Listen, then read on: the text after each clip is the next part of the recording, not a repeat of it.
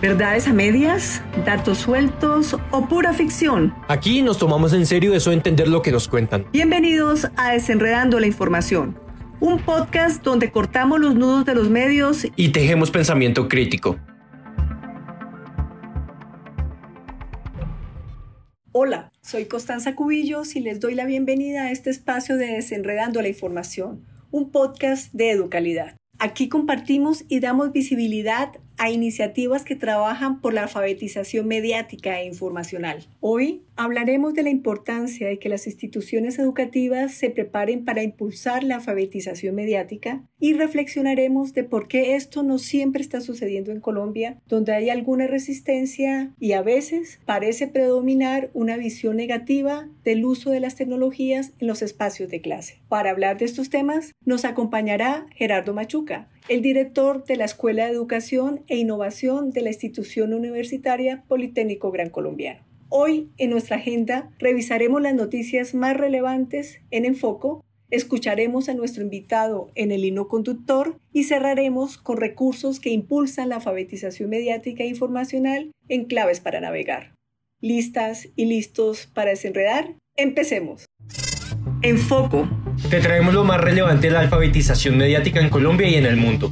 Lo esencial en pocos segundos. Enfoquémonos. Bienvenidos a Enfoco, el espacio donde analizamos las noticias más relevantes sobre nuestro ecosistema digital.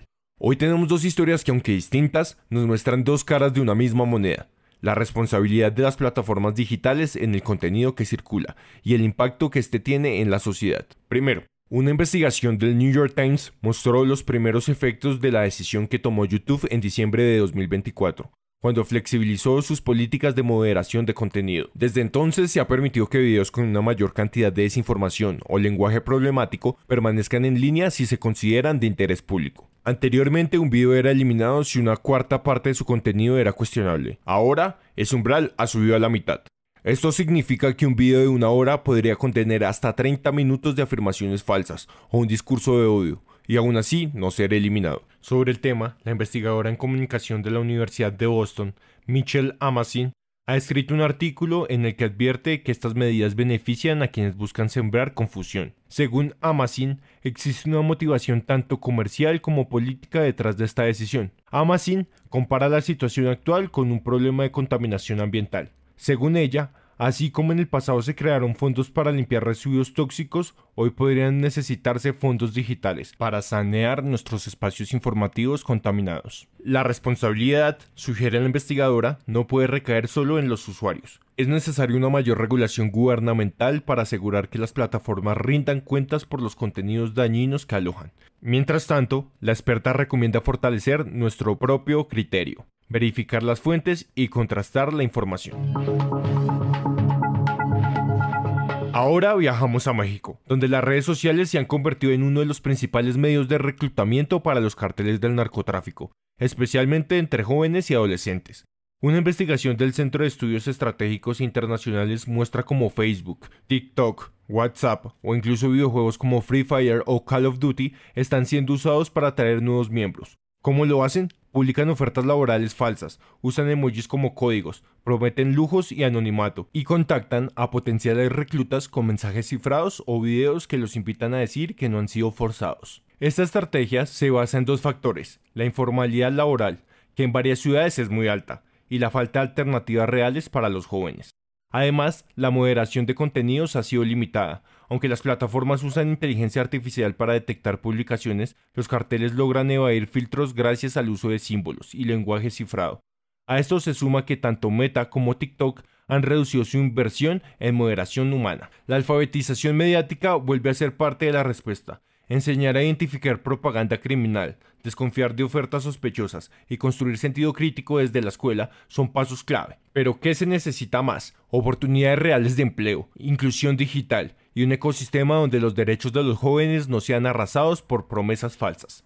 ¿Qué opinas de estas noticias? Comparte tu experiencia o dudas en nuestras redes sociales de Educalidad o en el espacio para comentarios del podcast. Tu voz es importante para construir un ecosistema digital más seguro. Nos escuchamos en el próximo Enfoco.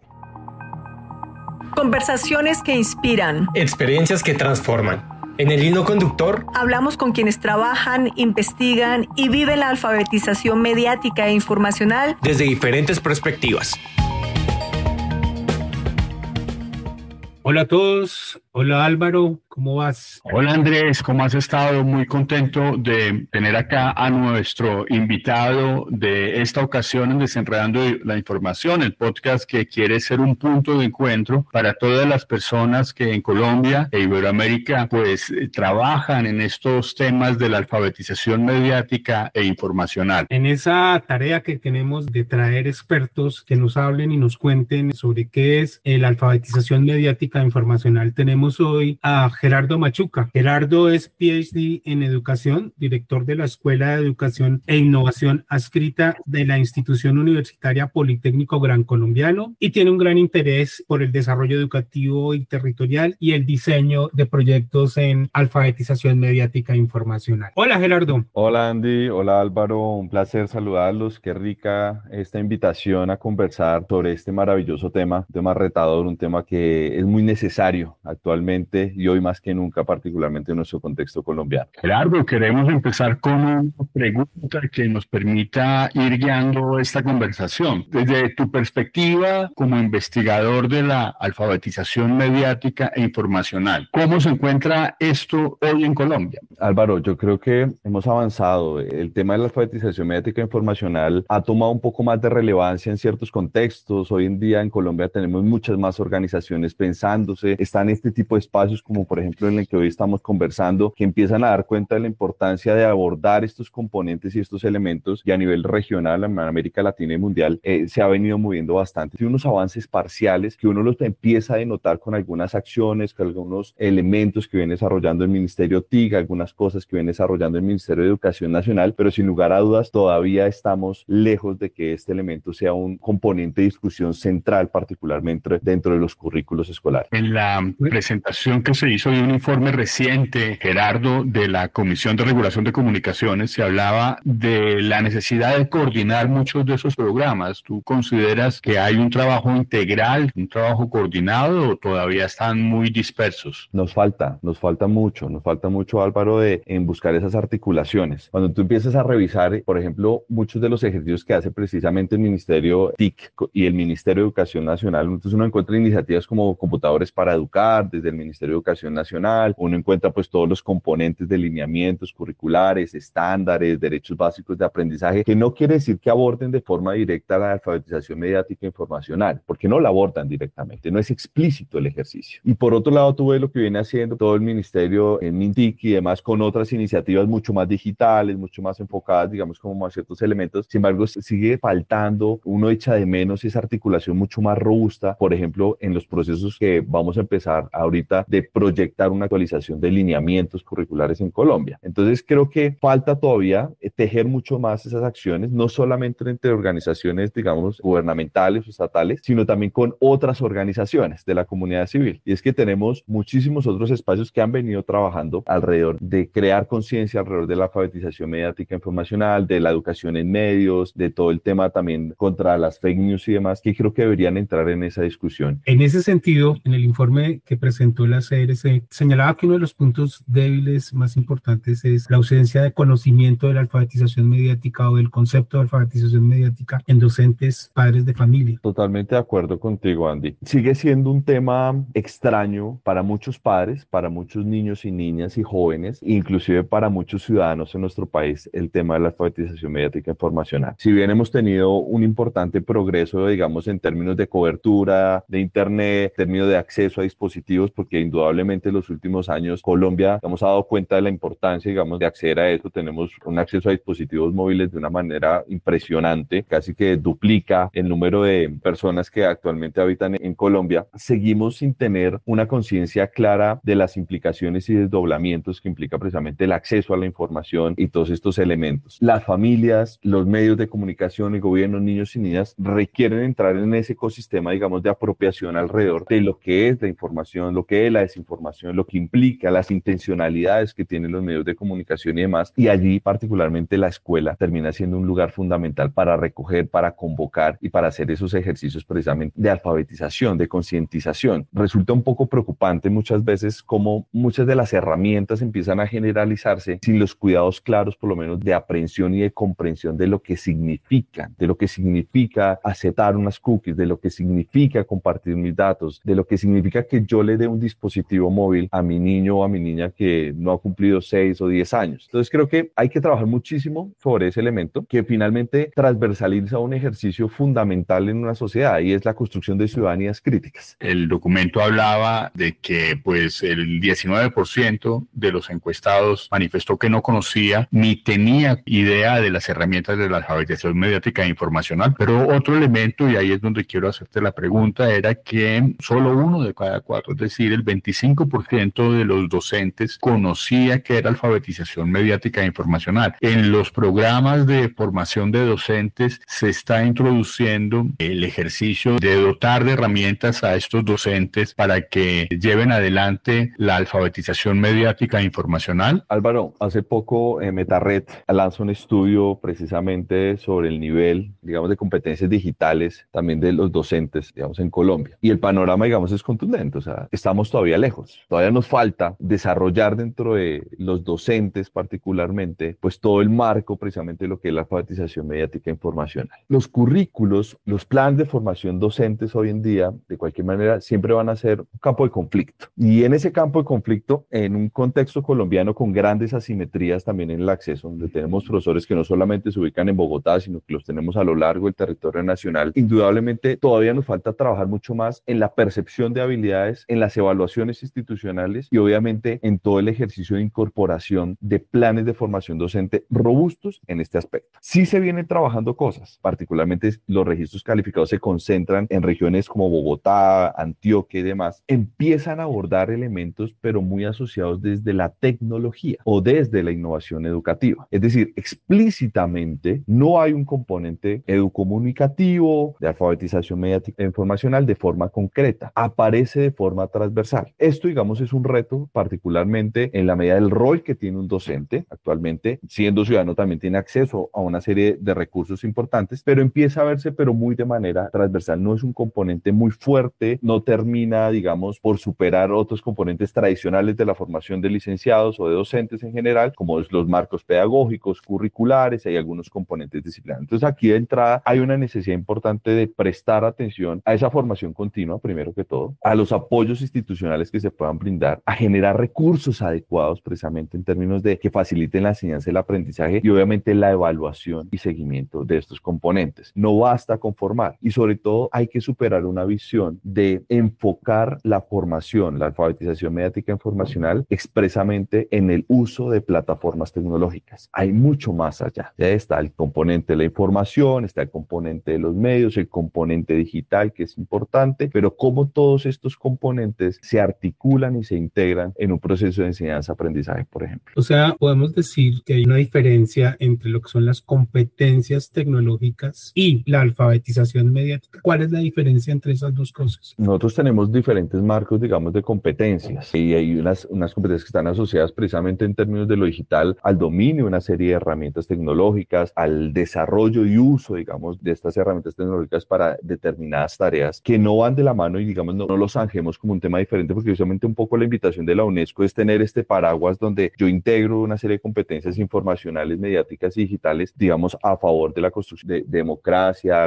de ciudadanías críticas y demás. No existe esa diferencia, pero sí es importante desarrollar, por ejemplo, cómo un profesor rastrea información, cómo categoriza esa información, cómo la organización de esta información. ¿Es consciente ese profesor de que la información que está rastreando puede tener un sesgo, tiene un posicionamiento, tiene una intencionalidad? ¿Cuáles son las herramientas digitales que se vienen utilizando y que yo puedo apropiar dentro de mis procesos, sobre todo en la dimensión didáctica? Piensen ustedes, por ejemplo, que aún muchos de los ejercicios que venimos cuando introducimos la tecnología a la educación siguen basándose en un uso de recursos básicos como presentaciones de PowerPoint y algunas herramientas adicionales, sin poder explorar, digamos, otros ejercicios como, por ejemplo, entrar al análisis bibliométricos profundos, curaduría de información, estructuración de rutas de aprendizaje o diseños contenidos estructurales. Entonces, son diferentes competencias, pero no las podemos zanjar, digamos, y ponerlas en estancos diferentes. Gerardo, hay otro asunto que me parece que va en la línea de lo que acabas de expresar, que tiene que ver con la visión de que la alfabetización mediática e informacional está exclusivamente ligada a la recepción de información, cuando en realidad también tiene que ver con la producción de información, sobre todo en un mundo en los que aparecen los llamados prosumidores, es decir, que los chicos, los ciudadanos también, no solamente hoy en día están consumiendo información, sino que también están produciendo información. Tener presente con mayor claridad ese componente de la alfabetización mediática e informacional que corresponde a la producción de información, cómo se trabaja eso desde las aulas. ¿Qué opinas de cómo se está llevando ese aspecto de la producción de información en la formación de los docentes? Eso ha sido un reto permanente, es un reto permanente, precisamente porque hay un elemento transversal en todo este ejercicio y tiene que ver con las competencias que yo espero desarrollar, que tienen que ver con el pensamiento crítico, con lo ético sobre los medios de comunicación, que el docente esté en capacidad de desarrollar actividades que tengan ese enfoque en análisis, por ejemplo, de medios, de verificación de datos y de producción de contenidos digitales. Evidentemente, ese concepto de prosumidor es un concepto que viene apareciendo y que viene poniendo sobre la mesa un tema, y es no solamente yo absorbo una serie de elementos y informaciones y cosas que me encuentro por aquí y por allá, sino que yo también colaboro en la producción y tengo una voz. ¿Cómo se trabaja? Particularmente, y lo hablo, digamos, desde lo que nosotros hacemos en la organización a la cual estoy vinculado, tiene que ver precisamente con, primero, generar conciencia sobre esta dimensión. Ser consciente de lo que yo también hago parte de un ecosistema digital y que en ese ecosistema establezco una serie de interacciones que implican también unos posicionamientos éticos y un pensamiento crítico sobre lo que se hace allí, que también redimensiona el concepto de información. ¿Hay información? Sí. Por ejemplo, cuando aparece la inteligencia artificial, hay información, hay un montón de información. Bueno, pero ¿qué haces tú con esa información? Y cómo esa información se convierte en un componente base valioso de análisis, de conocimiento para proponer transformaciones educativas. Ese es el ejercicio que venimos desarrollando y que conozco que se viene desarrollando precisamente para fomentar ¿qué? Pensamiento crítico, participación ciudadana por medio de la producción de diferentes ejercicios. Porque es bien interesante y quiero contarles esto. Nos ha pasado y hemos encontrado la siguiente situación. Estudiantes que están en territorios donde van a plantear sus proyectos de grado y sus proyectos de grado están asociados a montar una gran plataforma digital, todo mediado por el computador, el internet, un súper complejo y demás. Y cuando vamos a hacer los diagnósticos encontramos que hay problemas de conectividad, no hay computadores en la escuela, hay una serie de ausencias de infraestructura, pero ¿saben qué siempre existe en los municipios? Las radios comunitarias. Y eso ha llevado a decir, mire que hay otros mecanismos, otros medios por donde yo puedo construir pensamiento, puedo generar participación ciudadana y que tiene que ver con todo este concepto de la alfabetización mediática e información, precisamente de generar otras formas de contenido. Gerardo, además de los maestros, los estudiantes, los padres de familia, ¿qué otros actores juegan un papel acá importante en la construcción de la alfabetización mediática e informacional? Por ejemplo, medios de comunicación, pero no sé cuáles otros y qué rol tendrían que jugar. Lo que uno detecta están ahí, los gobiernos, los medios, digamos en general, las ONGs, lo académico, lo comunitario, son actores que sí están, uno los encuentra, de hecho uno encuentra que hay iniciativas de estos actores de manera diferenciada. Quizá lo que haga falta un poco, Andy, es la integración de esos actores en algo que es una gran ausencia aquí en Colombia, y es una política pública centrada en la alfabetización mediática informacional, un elemento que congregue, que nos haga encontrarnos a todos, a pensarnos en diversas dimensiones este aspecto. Creo que es la deuda que todavía nos tenemos. Si bien existen algunas políticas, algunas normativas asociadas a lo digital, al uso de medios, como les decía, por ejemplo, algunos lineamientos curriculares del ministerio invitan al docente a hacer uso de los medios para la construcción de pensamiento crítico, pero son a veces iniciativas que terminan estando aisladas. Entonces, sí hace falta un eje articulador y creo que ese eje se llama política pública. Estás escuchando Desenredando la información, el podcast de Educalidad, dedicado a la alfabetización mediática para entender mejor el mundo digital y actuar con criterio y responsabilidad.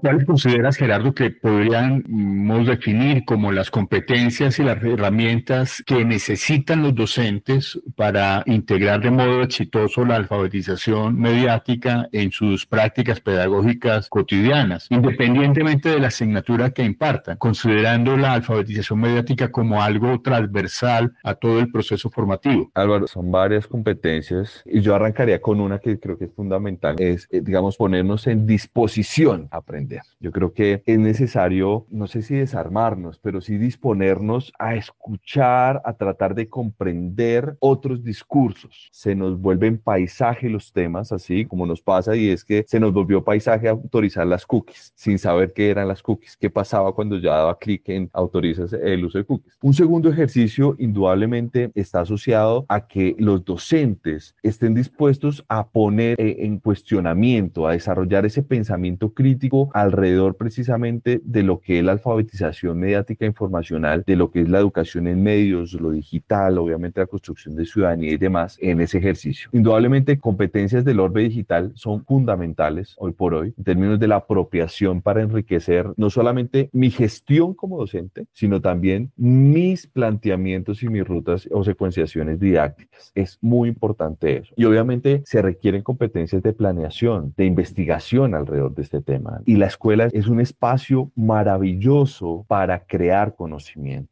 Maravilloso para ver qué está pasando con todo este ecosistema de la alfabetización mediática informacional, qué está aconteciendo en la escuela, cómo se está llevando y cómo se puede incluir. Entonces, temas como la disposición, competencias digitales, investigativas, son supremamente importantes, digamos, en la formación de un docente para incorporarlo en su gestión, pero también en sus procesos de enseñanza-aprendizaje con sus estudiantes. Es fundamental. En mi criterio, es base que este componente y estos elementos de los que venimos conversando se hagan explícitos en la formación de docentes, se hagan explícitos en la discusión de la escuela, se hagan explícitos en los proyectos educativos institucionales de las escuelas, porque nos está tomando ventaja en muchos frentes. Y eso es lo que está llevando a una conmoción generalizada con respecto a la aparición de la inteligencia artificial y que se empieza a decir, por ejemplo, que es que la inteligencia artificial va a acabar con la profesión de ser docente, con este arte tan hermoso de ser docente. Y es porque nos hemos dado cuenta que detrás de esto hay seres humanos que están allí para cuestionar, para construir el currículo y que el currículo finalmente es un sistema vivo. En ese sentido, ¿qué modelos de capacitación en Colombia en particular puedes citar que hayan sido exitosos o por lo menos que estén funcionando? Bueno, el Ministerio TIC ha venido liderando espacios de formación precisamente en temas TIC que han sido interesantes y han tenido un impacto, desde mi criterio, con ciertos sesgos muy desde la incorporación de tecnologías digitales y tecnologías educativas, que creo que puede ir un poquito más allá, pero digamos ahí hay un gran panorama, digamos, de formación. Tenemos también, por ejemplo, desde el Ministerio de Educación Nacional también se han venido trabajando cosas, indudablemente temas como computadores para educar, pues digamos que permite y da algunas perspectivas precisamente de lo que se puede hacer desde allí, desde esos ejercicios de formación. Organismos o organizaciones, digamos,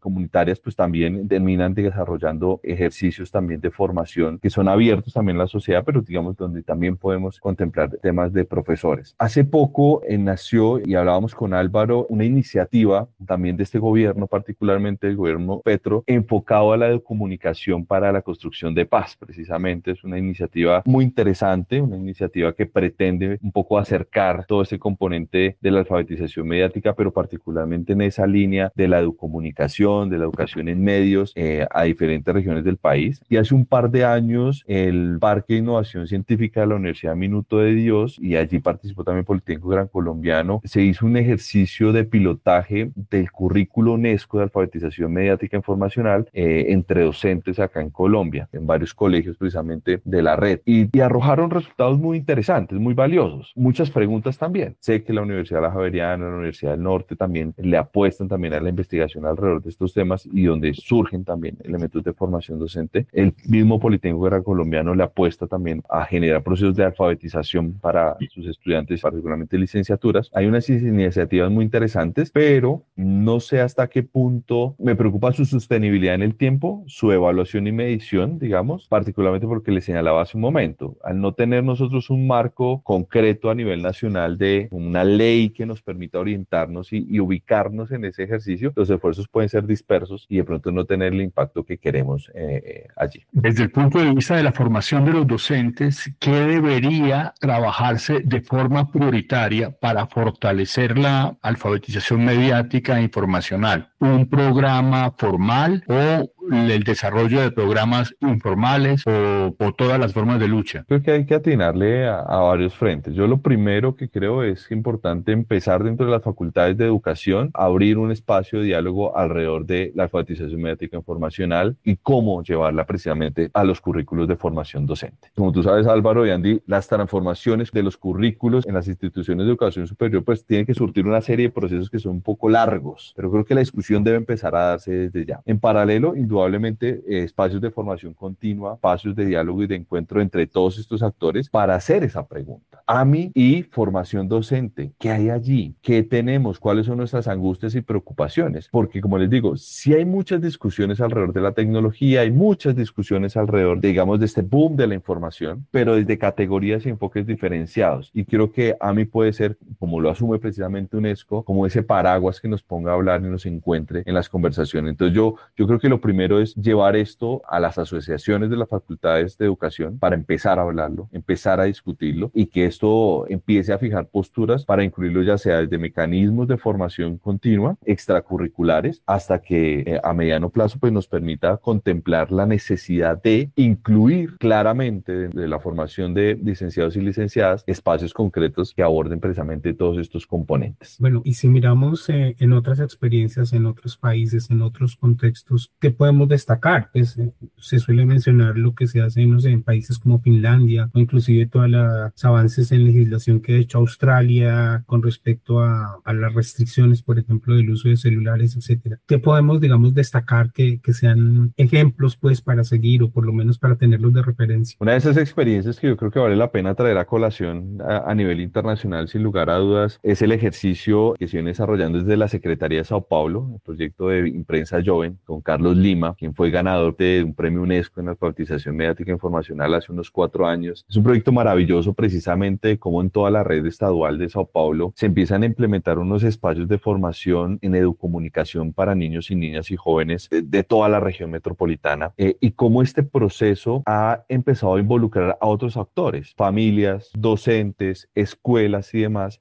en el marco de generar ese empoderamiento alrededor de los medios, de lo que implica la información, de lo que implica comunicar, pero sobre todo dándole mucho juego a produzcamos nosotros también. Allí, y una cosa para aplaudir es que hoy en día en el estado de Sao Paulo, en la alcaldía, la prefectura, han aprobado precisamente una ley alrededor de este proyecto de educación mediática informacional en todas las escuelas de Sao Paulo. O sea, se vuelve ley este ejercicio. Señalar también, por ejemplo, yo creo que el ejercicio que viene liderando Silvia Blacher desde Argentina, con muchas apuestas formativas alrededor de inteligencia artificial, de alfabetización mediática informacional, son relevantes. Ejercicios también, por ejemplo, en Italia también se vienen trabajando unas cosas muy interesantes con escuelas, también en términos de alfabetización, hartas redes. Le comentaba que estuvimos en la conferencia precisamente de alfabetización mediática informacional en Barcelona hace unas 3 semanas y a lo largo del mundo lo que queda claro es que se vienen desarrollando muchas acciones muy focalizadas también en la educación de medios, particularmente en esta lucha contra los discursos de odio y las falsas noticias, pero también en temas de la escuela, la formación docente. El docente sigue siendo un pivote en estos procesos de transformación. Varios colegios han tomado la iniciativa de prohibir el uso de teléfonos celulares para los estudiantes en el periodo en el que están en los colegios. ¿Cómo ves esas iniciativas? Ay, Álvaro me pone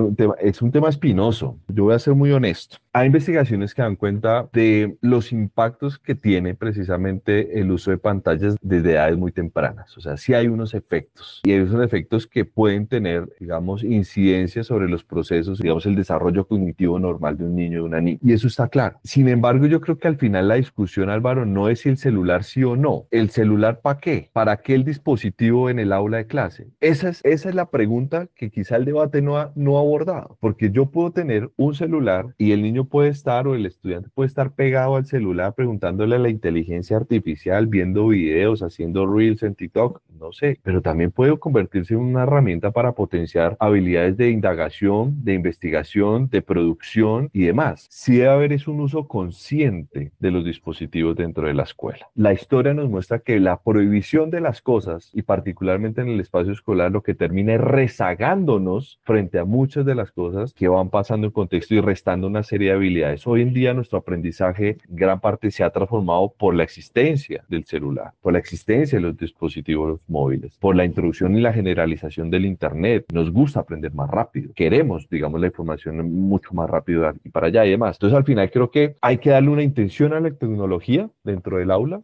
Creo que es importante, es relevante reconocer que a ciertas edades no es la mejor opción una pantalla, sino que debemos desarrollar, y hay muchísimos otros recursos para desarrollar unas habilidades que se requieren, que son necesarias, sobre todo cuando estamos hablando de la primera infancia, pero indudablemente lo que tenemos es de dotarnos de herramientas, de sentidos para hacer un uso crítico y adecuado de las pantallas, de los libros y de muchísimas otras cosas. Otro tema complejo es la inteligencia artificial. Claramente cada día está más presente. De hecho, en estos días Google reveló pues, sus nuevos desarrollos y pues las posibilidades que da la inteligencia artificial y por lo menos en términos de la información, por ejemplo, pues son asombrosas y preocupantes al mismo tiempo. ¿Qué recomendaciones tendríamos en términos de la alfabetización mediática informacional y qué hacer con la inteligencia artificial en los colegios y en las escuelas y en la educación en general? Andy, mira que yo creo que lo primero es no tenerle miedo a la inteligencia artificial, no satanizar las cosas. Siempre traen a la colación estos ejemplos históricos donde dicen, cuando aparecieron los libros dijeron que iba a desaparecer no sé qué cosa, cuando apareció la televisión y la radio dijeron que iban a desaparecer. Son herramientas, la inteligencia artificial es una herramienta maravillosa, una herramienta muy poderosa que nos puede ayudar en un montón de cosas en la educación, en temas de gestión nos puede ayudar en rastrear información, nos puede ayudar en muchos frentes. Es una realidad que allí está. Lo que tenemos que hacer es apropiarla, cuestionarla, ponerla al servicio de, porque hay cosas indudablemente que no van a cambiar. El acto pedagógico es fundamental, implica la interacción entre dos personas, dos vidas, dos contextos, dos sentires, y eso no va a desaparecer. La formación ética no va a desaparecer. Ahí vamos a necesitar al profesor, la interacción con el otro. La localización del aprendizaje necesita de un ser humano y demás. Porque miren, pensemos en algo. La inteligencia artificial existe ya hace bastante tiempo. No es una cuestión de ayer, de antier, existe hace bastante tiempo. Y quizá lo que ha venido haciendo la inteligencia artificial, y lo escuchábamos en una conferencia hace poco, en un congreso que tuvimos precisamente en el Politécnico sobre innovación educativa, y era quizá la inteligencia artificial lo que viene es a acelerar la crisis que de pronto la educación ha venido teniendo durante los últimos 30 o 40 años. Hay que investigar, hay que cuestionar, hay que incorporar, hay que incluir a las comunidades educativas alrededor de estas temáticas. La escuela es un rizoma donde interactúan una serie de dimensiones sociales. Entonces, por ende, yo no puedo prohibir y decir no a la inteligencia artificial o no a los dispositivos. Lo que tengo que hacer es empezar y abrir la discusión honesta, abierta precisamente, sobre competencias digitales, mediáticas, informacionales, sobre la inteligencia artificial bajo un propósito, y es cómo yo formo ciudadanía crítica, cómo yo formo ciudadanos libres. Para ir cerrando, si tuvieras que resumir en una frase por qué la alfabetización mediática es crucial para las nuevas generaciones de colombianos, ¿cuál podría ser esa frase? Uy, de todo lo que hemos hablado, yo digo, o sea, la alfabetización mediática es crucial porque es la base precisamente para el efectivo goce de derechos, para la construcción de una sociedad democrática, de una ciudadanía crítica, pero saben, sobre todo para el desarrollo de un proyecto de país, donde todos y todas puedan participar activamente en paz. Eso para mí es la alfabetización mediática informacional. Bueno, Álvaro, Gerardo, muchas gracias por la participación. Gracias, Andy, gracias, Álvaro. Recursos que abren caminos. En Claves para Navegar, te dejamos herramientas para dominar el mundo digital.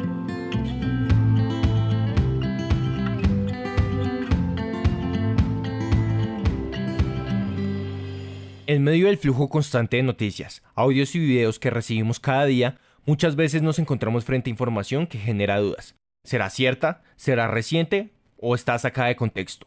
Una herramienta clave para navegar con mayor seguridad es conocer y usar sitios de verificación de información. Pensamos en ellos como nuestros aliados expertos. En Colombia tenemos referentes muy sólidos como Colombia Check y el detector de mentiras de La Silla Vacía. ¿Qué son? Son organizaciones de periodistas dedicados exclusivamente a investigar la veracidad del discurso público y de la información viral. Revisan datos, contrastan fuentes y desmienten contenido falso, especialmente en temas relevantes como la salud, la política o los derechos humanos. ¿Cómo los usamos? Es muy sencillo. Antes de compartir esa noticia sorprendente o alarmante, haz una pausa. Abre tu buscador y escribe las palabras claves de la noticia junto al nombre Colombia Check o La Silla Vacía. En segundos verás si ya han investigado el tema y cuál es su veredicto. Es un paso rápido que frena la desinformación en seco. Puedes visitar estos sitios desde tu computador o celular, buscar por tema o incluso enviarles tus dudas directamente, pues tienen formularios de contacto y números de WhatsApp para reportar información sospechosa. Estos recursos no solo corrigen errores, también enseñan a pensar críticamente, a buscar múltiples fuentes y no aceptar al primer vistazo lo que leemos. Tener acceso a estos sitios es clave para ser ciudadanos más informados y responsables. Por eso, incluimos sus enlaces en la descripción del episodio. Úsalos, compártelos y únete a esta comunidad del aprendizaje. Recuerda que en Claves para Navegar queremos construir una comunidad para compartir recursos para una navegación más consciente y crítica. Hasta nuestro próximo recurso. Esto fue Desenredando la Información. Gracias por escuchar y ser parte de quienes queremos entender mejor el mundo. Recuerda que puedes escuchar todos los episodios en tu plataforma favorita, Seguirnos en las redes sociales y compartir tus preguntas o comentarios. Este podcast es posible gracias a Educalidad, el medio periodístico especializado en educación y convivencia que promueve una ciudadanía más informada y crítica. Director Álvaro Duque. Entrevistador Andrés Zambrano. Invitado Gerardo Machuca. Voces y edición Constanza Cubillos y Juan Esteban Cortés. Y nos oímos en el próximo episodio.